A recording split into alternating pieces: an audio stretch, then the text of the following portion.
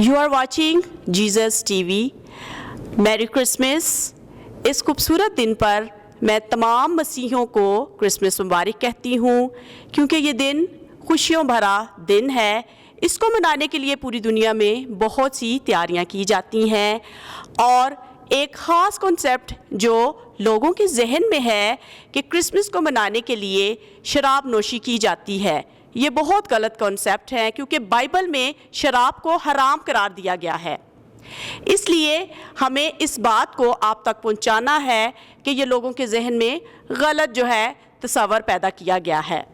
Christmas को मनाने के लिए घर घर में तैयारियां होती हैं।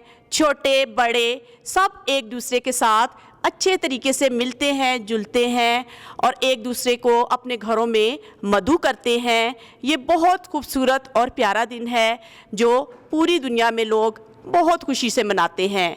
क्रिसमस का मतलब है अमन और सलामती, क्योंकि इस दिन हमारे खुदावंद अल मसीह ईसा अल मसीह इस दुनिया में तशरीफ़ लाए।